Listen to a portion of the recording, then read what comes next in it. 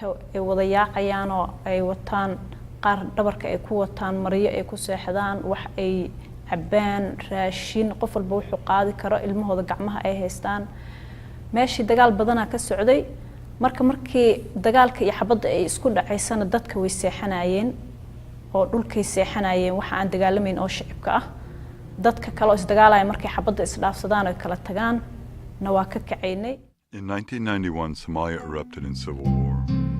What began as a straightforward coup d'etat transformed into widespread and random violence as various militias struggled for status and power.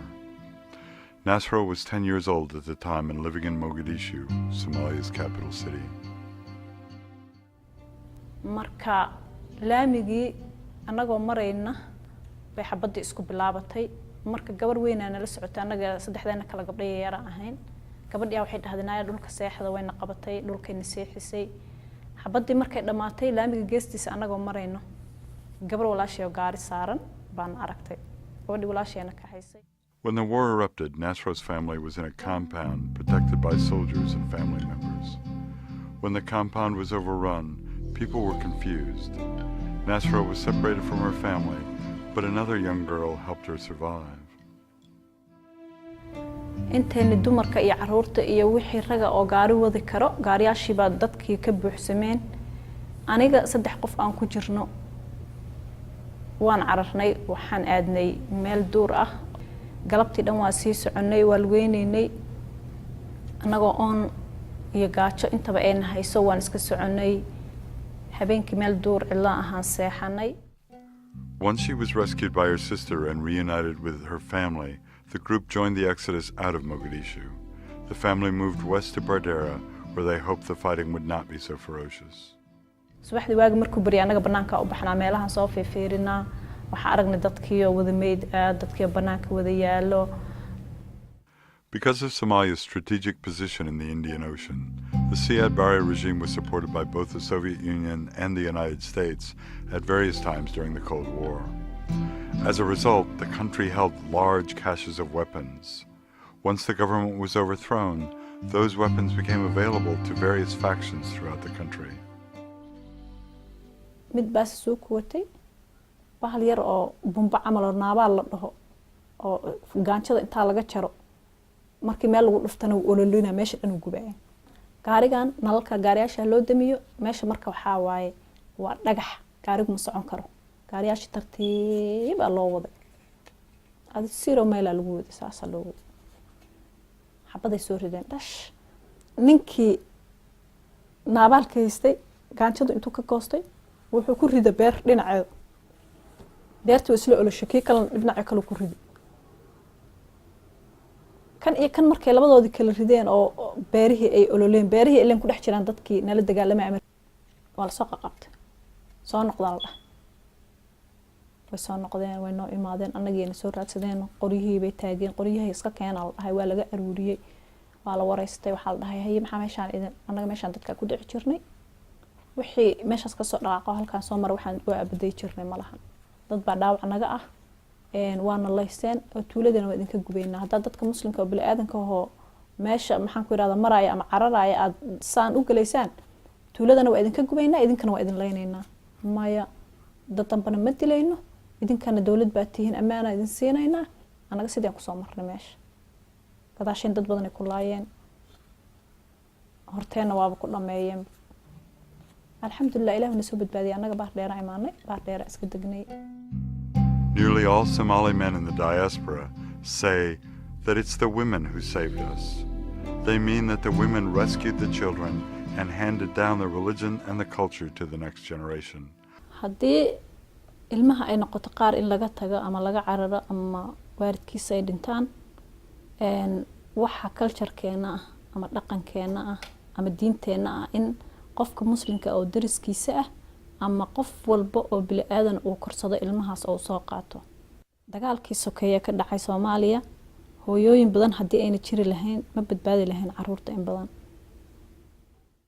meel oo gada kamid ah oo hadda ka hor aan degnay markaa aan degnay oo ku soo qaxnay oo caracsi la yiraahdo dad badan ku dhinteen anaga dad aan isla soconay oo koox aan ahayn oo 5 qof aan ooga dhimatay wiil walaalkaya ku jiray uu ku dhintay meesha aniga dadkii jiraday aan kamid ahaa dad badan oo dhaawaca waan arkay dad badan oo meesha laga keenay xataa waxaan arkay dad inta laami la karkariyay cagaha loo soo galiyay gacmaha dad intaas ka go'an yihiin iyo intaas oo laami inta karkaray gacanta loo galiyay gacanta dhan laamiga ay raacday ee go'day dad meel dhaxal lagu soo kufsaday dad badan waan arkay oo dhibaato ka soo gaartay meeshaas because of the nature of the war. Women were targeted. Women mainly were attacked in their homes, raped, gang raped, killed. Like now, they were running. Some of them were taken to the bush and are missing up to now. Rape was used as a weapon. Nasra's mother had a small business in Muduk, so they decided to go there. Nasra lived with her mother in Muduk for 5 years.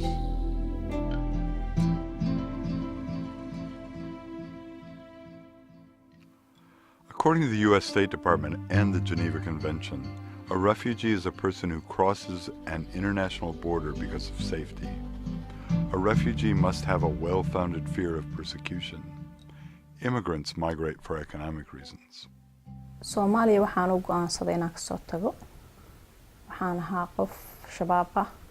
Waxaan ahaa qof aan waxba haysan. Dadkeena aan la noolaa. Xoolo kaafiye ayna haysanin. Soomaaliya dagaalo aan ka joogsan waayeen. Xabadda iska dhacayso qofka dhimanayo dhibka wixii waxbarasho la'aan waxaas oo dhan baa waxaa isiri amay ku dhaantaa. hadaa banaanka isaga baxdo oo aad aljiista xataa aad reeraha dariska aad aadid sida Kenya, Ethiopia, meel inaad tagtid saas darteedaan ku soo baxay Nairobi imaaday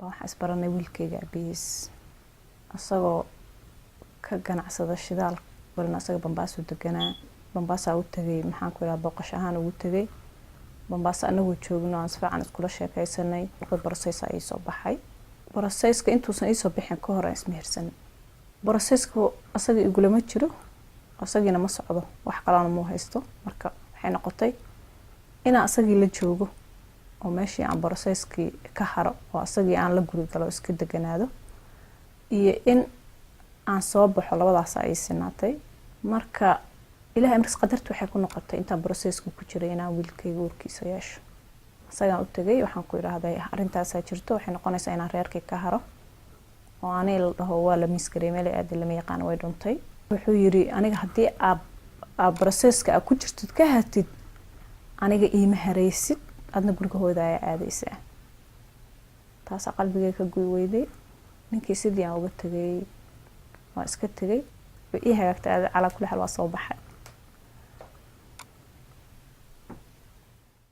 aad ayaan u xiiseynay inaan Ameerika imaado waxaan arkay dad badan oo dadkooda lacag u soo diray waxaan arkay dad badan oo lacag haysta waxaan arkay dadkeena waxaan siiyay Ameerika jiraan Ameerika waxa la igu sheekeeyay meel fiican tahay marka halkaan imaadana waxaan islahaa waa shaqaysanaysaa waxyaalo badan oo interest gareynaa inaan imaado Ameerika. Before she crossed the Kenyan border, Nasra would have been an internally displaced person. Afterwards, she became a refugee. Refugees have the right to work in the country to which they are resettled. In fact, their rights are equivalent to those of citizens, except that refugees lack the right to vote. The worldwide scope of IDPs is astounding. In 2009, the United Nations High Commissioner for Refugees had 36.5 million people of concern. Of those, roughly 12 million people were refugees and 15.6 million were IDPs. 49% of the people of concern were women. In the Horn of Africa, 56% of the people of concern were children. In 2009, 112,400 refugees were resettled.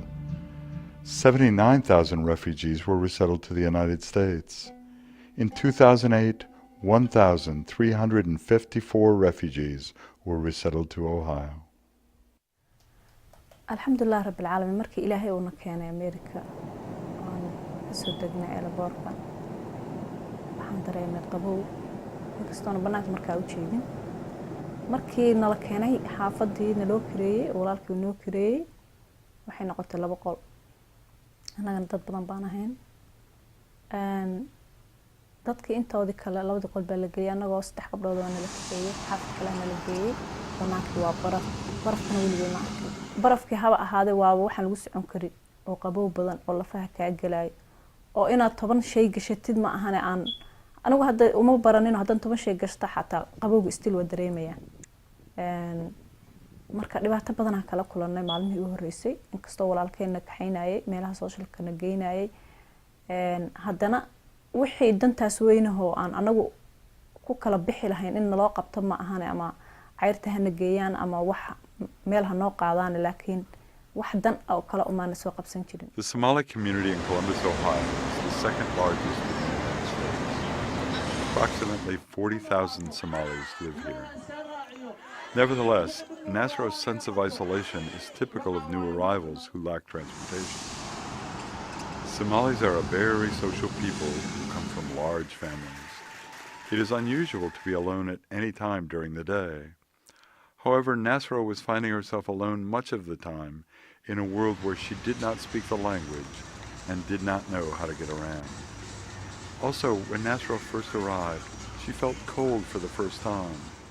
As a result, she didn't realize when she was thirsty, so she became quickly dehydrated. run ahaantii aniga markaan halkaan imaanayay waxaan ahaa 6 bilood uuraan ahaa markii aan imaaday waan xanuunsaday isbitaal la igey habeenkii 3 faleen baa la igu duray oo biyo ah la igu shubay soo waxaan u maleynayaa markii biyaha la igu shubayay inaan dhimanayo sababta ilkii isku dhagay waan qarqaray dhowr busto kulul la saaray. When they arrive in the United States, refugees receive $1,100, which helps them secure housing. In addition, they receive 8 months of cash assistance, which is approximately $240 a month per person. They also get medical care and food stamps for 8 months.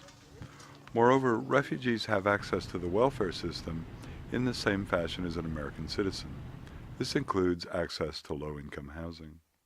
Bilkii haaf joogay guryaha helay guryaha waxay ahaayeen meel dad aan aqoonin ay degan yihiin oo Soomaalida degan wax yar ay ku tahay waxay ahaayeen waxa deganaa dadkan balaag Ameerikaanka guryaha deganaa meesha subax walba la isku dili jiray wala isku xabadeyn jiray ilaahay ani waa igu nabad yeelay run ahaantii bil markaa meeshii deganaa waan dhalay. When Nasra awoke after giving birth, she was taken to a room where she discovered that her son was terribly ill. Cunugaaga sariirtaas uu saaran yahay tuuba sanka kaga jirta ilaa ay caloosha maxaa sababay cunugaaga ma saxroonin ilaa soo dhashay. Like any mother, Nasra desperately wanted to be with her newborn son while he was in the hospital. But she didn't know how to take a bus, and everyone she knew was busy working, so they didn't have time to take her back and forth. At one point, the hospital staff even offered her a bus pass, but she didn't know how to use it. Often she could beg rides in the morning, but she couldn't get home.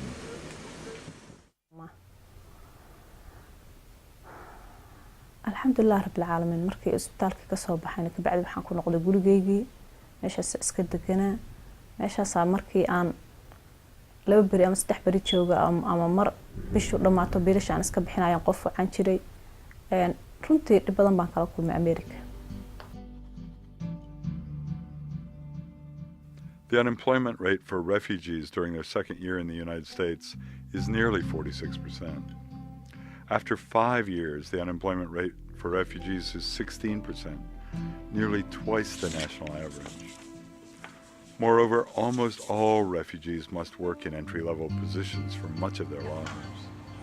America tends not to respect experience or education received in third-world countries, so even professional refugees must accept entry-level positions when they arrive in the United States. Nasra was told to take English as a second language classes when she arrived, but those classes were far from her house. Daycare was hard to secure, and her son was very young. Consequently, her language skills were developing slowly and jobs were hard to find. shaqada shaqo aad u dhib badan ay ahayd waana shaqadii igula cuslayd mar walban u culus shaqooyinka ka jira Ameerika run ahaan markii loo fiiriyo waxay ahayd boosto wax walba ay ka soo degaan gaari bariis ha noqoto cunto la isu diray ha noqoto cayayaan yar yar oo nool ha noqoto wax walba ag soo degi jiray. Nasra's first job was at ABX Air, a package delivery company that was located in Wilmington, Ohio, which was 72 miles from her home. The company furnished a bus for refugees and other people who worked for them. The job was part-time. People worked 4 hours, but they had to be away from their home for 12 hours. At ABX Air, Nasra earned $11 an hour. 7 gurigay ka soo bixi jiray. Waxaa imaan jiray 7 in the morning.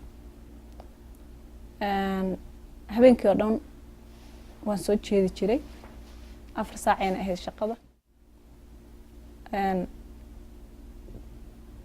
Maalmihii dambe waxaan helay shaqo ilmo yar oo daycare ahaan maalintii aan ka shaqeeyo. Marka shaqada habeenkii aan aadi jiray.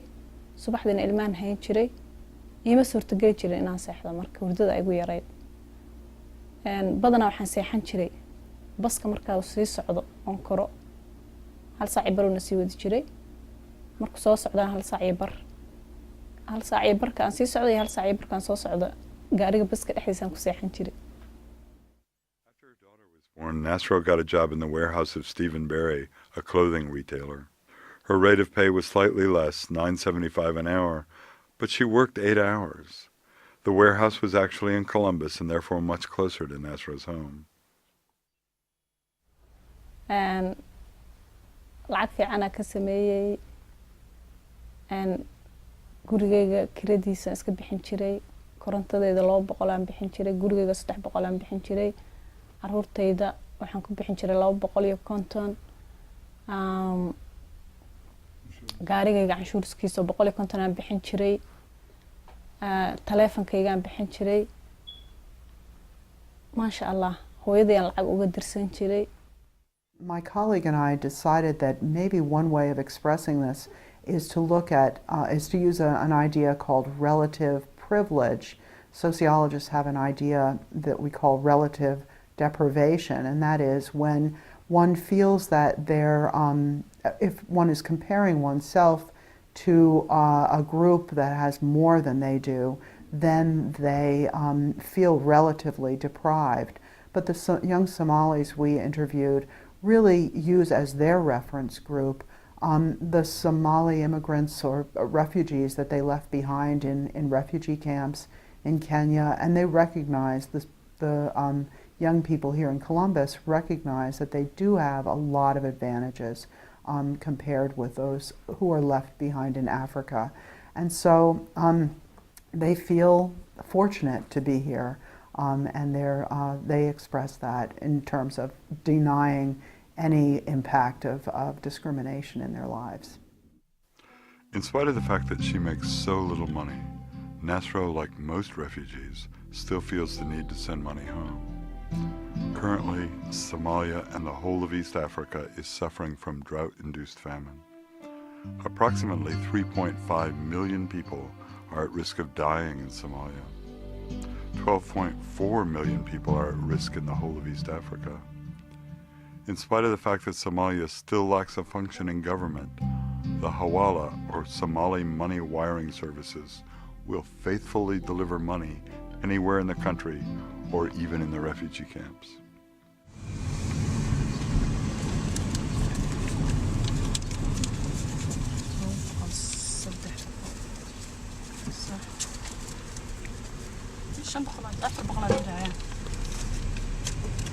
رمضان ويسوميين ما مضي حنوصن والله أنا بربلان بدنا أي هيستو حايستنا ملها شقنا ما هيستو بعد كم شقية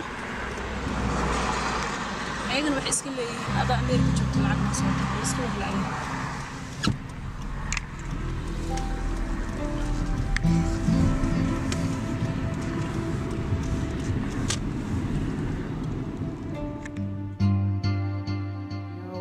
study that was reported in the New York Times estimated that about $1 billion per year went from Somalis in the diaspora back to Somalis either in Somalia or in refugee camps in Kenya or in other areas.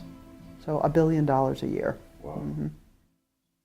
While in the United States, Nasra married another man. However, once again, without the support system of an extended family, she experienced problems. Apex intaan ka shaqeynayay waxaan isbaranay gabadhayda aabaheed oo wada sheekaysan jirnay wada soconay ilaa iyo 2005 oo dhan 2005 dhamaadkiisii waa isguursanay. Traditional Somali social structure offers substantial marital support through the extended family. Unfortunately, that social structure does not completely replicate itself in the United States, either because all the family members don't immigrate or because economic pressures force everyone to work. So, when the pressure of finances and a new culture impose themselves on young couples, their marriages all too often collapse. That is certainly what happened to Nasra's second marriage. So she found herself alone again, trying to raise both her children. Because Nasra's current job at FedEx is only part-time, she's actively seeking full-time employment. Finding work is especially important to her now, because the family members she left behind in Somalia are threatened by famine. shalay waxaa imaaday choose family service application ka buuxiyay so application waxaan rabay inaan geeyo abakaas shalay waan gaari waayay andan maanta ku soo noqday insha Allah hadda aan socdaa meesha waxaan rajaynayaa insha Allah inay qaabilaan ii gudbiyaan. When employers see Somali names on an application, they make the assumption that there's going to be a language barrier. So even if a young person has good language skills, they may face that discrimination from employers. Part-time for at FedEx? FedEx, yeah. Okay. So I'm looking for other job, morning Or night? or What are your hours there right now?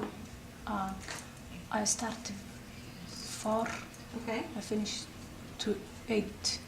4 to 8, so you work 8, yeah. So you work about 4 hours a night. Yes. And do you do that Monday through Friday or what Yes, days? Monday to Friday. Hadda waxaan dhex joogaa Sternaak. Waxaan buuxinayaa shaqo meel agency waaye oo warehouse dadka u dirto. So shaqadii labaad aan ka helinayo waaye. Marka gabar saaxiibtay ay sheegtay ay tiri meeshaas dad qaadanayso. Sidii aan ku imaaday marka hadda application-kana buuxinaa meel kale oo socda insha Allah. I hope in a week aan gudaysa shaqo helaa. Shalay waxay ahayd the last Ramadan maalintii ugu dambeysay aad ayaan u faraxsanahay hadda waxaan ka soo baxnay masaajidka aniga gabadhayda ciidiyaan soo tukanay insha Allah waxaan rabnaa inaan magaalada aadno qadar raadsano meelahaas oo dhan aan soo marno insha Allah. What day is it today? Eid waaye dhow sheeg hooyo maanta soo ciidayde maxaa sameynaysaa hadda soo tukatay see loo tukanaya maxaa la aqrinaya alxamdu kabla hooyo lilaahi مالك يوم الدنيا كان عبد وياخي قادر لنا أنت عليهم قين مكتوب عليه والداني آمين. حنكون قضايا هذا موفقها bishaan Ramadaan dhan waxaan raadinayaa shaqooyin si aan shaqo kale u helo oo dadka bisha ciidda markay u dhamaato aan lacag ugu helo balse way ahaan weysay nolol nagu filan anaga waa haysanay laakiin waxaan ka walwalsanaa still dadkaygii Soomaaliya joogay sida hooyaday walaalahay oo qaar degan yihiin meelaha abaaruhu ka dhaceen oo dadka gaajada haysta in badan bay soo waceen. Nasra loves her 2 children, Salman and Selma. Unfortunately, she wasn't able to keep both of her children with her. Salman was having trouble adjusting to school, and Nasra had to take so many days off to manage the problem that she was at risk of losing her job. She decided that she had to send her son back to Africa so he could be with his father and so he could mature. runtii waxaan jeclaan lahaa wiilkayga iyo gabadheeda inay maanta isku meel joogaan aad iyo aadna waxaan u jeclaan lahaa inuu halkaan igula iido aan farxad isla qaadano family isla jooga ahaano laakiin danta ii saamixi weysay inaan labadeeda ciyaal ku wada haysto Ameerika marka aadaan u misgareeyay cunugayga I hope inaan u tago soo arko so farxad aad ayaan dareemi lahaa